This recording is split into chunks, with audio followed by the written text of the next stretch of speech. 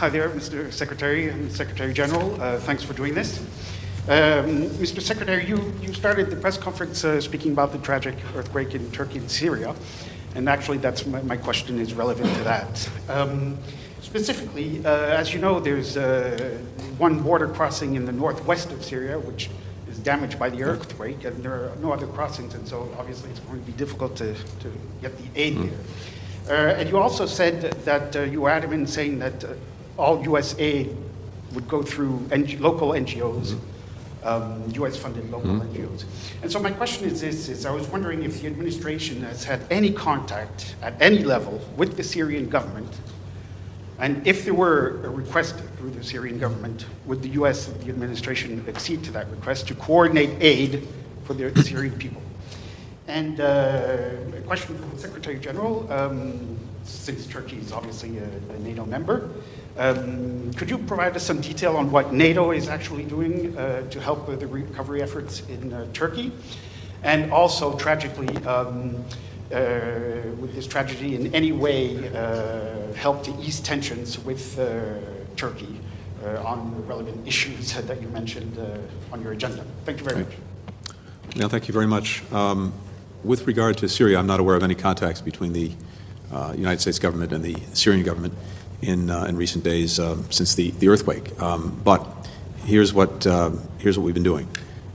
If you go back to 2011, we provided more than $15 billion in assistance to the Syrian people through NGO partners, international NGO partners on the ground in Syria.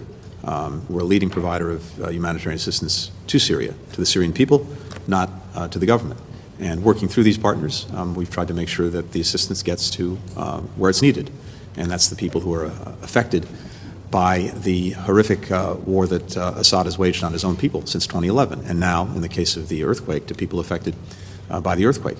You're exactly right that there is one crossing that allows assistance to get into Syria from the outside, and that was disrupted by the earthquake. It's exactly why we have been fighting every single year, not only to preserve that crossing, it's authorized, as you know, by the United Nations, but to get additional ones so that if a crossing was taken out of action, there would be other places that people could get humanitarian assistance in. And of course, year after year, Russia has sought to block those crossings or to limit them. And that only compounds the tragedy that people in Syria are now experiencing.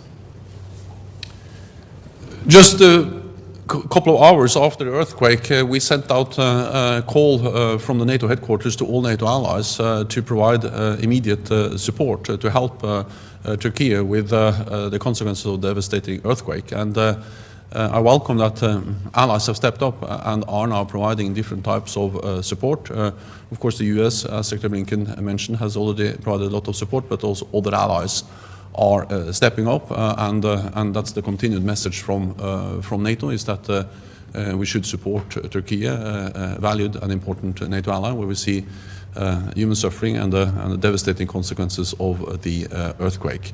And of course, allies also expressed their deepest condolences, and it is heartbreaking to see all the suffering, but also to see how people and allies are now stepping up to provide as much help as possible.